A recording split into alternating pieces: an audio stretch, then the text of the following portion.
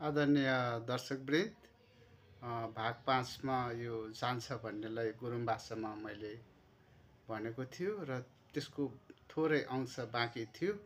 त्यो आज भाग 6 मा मैले बताउने छु। तपाईले ध्यान दिएर सुन्नु होला, बुझ्नु होला है।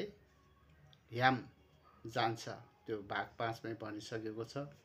त्यसको अलिकति बाँकी अंशहरू बुझ्नको लागि यो जान्छ भन्ने शब्दलाई गुरुङ भाषामा सबै मैले क्लियर गरिदिएको छु। नबुझेको जति कन्फ्युज भएको तल कमेन्टमा गर्नु होला, कमेन्टमा लेख्नु होला।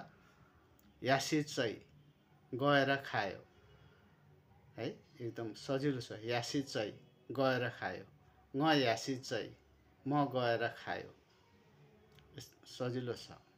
त यासो र गएछ र क्वेसन, यासो र गएछ र, याइरो गयो रे, यासु कि आएछु, गएछ कि गए छैन, राम यासु कि आएछु, राम गएछ कि गए छैन, सजिलो छ है। यालतुम जानुपर्छ, याल आतु जानु पर्दैन।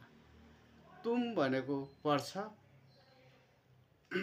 आतु भनेको पर्दैन। यसरी बुझ्नु होला। यालतुम जानु पर्छ, न यालतुम म जानु पर्छ, न पोखरा यालतुम म पोखरा जानु पर्छ, न पोखरा याल आतु म पोखरा जानु पर्दैन है। सजिलो छ। आतु पर्दैन, तुम पर्छ है। र अर्को कि भनेको तिमी है। नमे भनेको तिमीहरू है। कोही ठाउँमा केमे पनि भन्छ।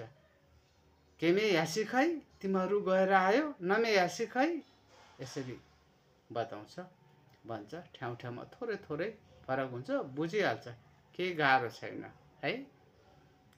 धन्यवाद।